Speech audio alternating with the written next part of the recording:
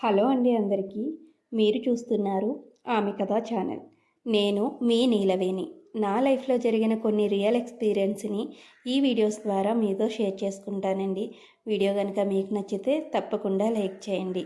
Last వీడియోకి continuation video ఇది. మర్నాడు 3వ రోజు కార్యానికి ముహూర్తం పెట్టించారు. ఆ రోజు కార్యం కాబట్టి మా వాళ్ళు కూడా వస్తారని ఎంతో ఆశగా ఎదురుచూస్తున్నాను నేను. ఉదయం అమ్మ ఫోన్లో మా నాన్నమ్మతో సహా అందరూ వస్తున్నారని చెప్పింది.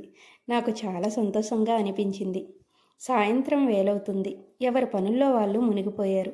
ఎంతసేపటికి ఎవ్వరూ రావటం లేదు. నేను మా వారిని కూడా అడుగు చూశాను. ఆయన చెప్తున్న సమాధానం కూడా నాకేమీ అర్థం కావటం లేదు.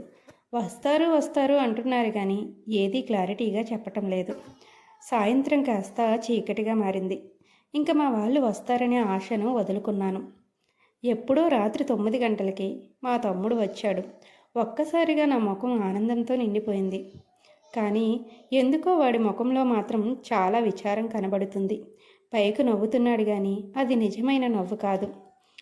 వాడితో మాట్లాడే అవకాశం కూడా నాకు రాలేదు. ఒక్కసారిగా మా గది తలుపుల్ని ఎవరో అదే పనిగా చాలా గట్టిగా కొడుతున్నారు. ఎప్పుడు తెల్లవారిందో కూడా తెలీదు. గాఢ నిద్రలో ఉన్నాను నేను. ఉలిక్కి పడి లేచాను. ఎవరైనా మమ్మల్ని లేపాలి అనుకుంటే మామూలుగా తలుపు తడతారు కదా, కానీ ఎందుకు అంత గట్టిగా కొడుతున్నారా అనుకున్నాను. వెళ్ళి తలుపు తీశాను. ఎదురుగా మా అత్తగారు. అదే చిరాకు, అదే కోపం. ఎంతో గట్టిగా అరిచారు నా మీద. ఉదయం 6 దాటుతుంది, లేవాలని తెలీదా మీకు? మేము లేపాలేమో అనుకుంటూ చిరాకు పడుతూ వెళ్ళిపోయారు. ఏంటో పొద్దున్నే ఆవిడ అరుపులు, ఆ చూపులు, దుఃఖం పొంగుకొచ్చింది నాకు. అసలు నేనేం తప్పు చేశానో నాకే అర్థం కాలేదు.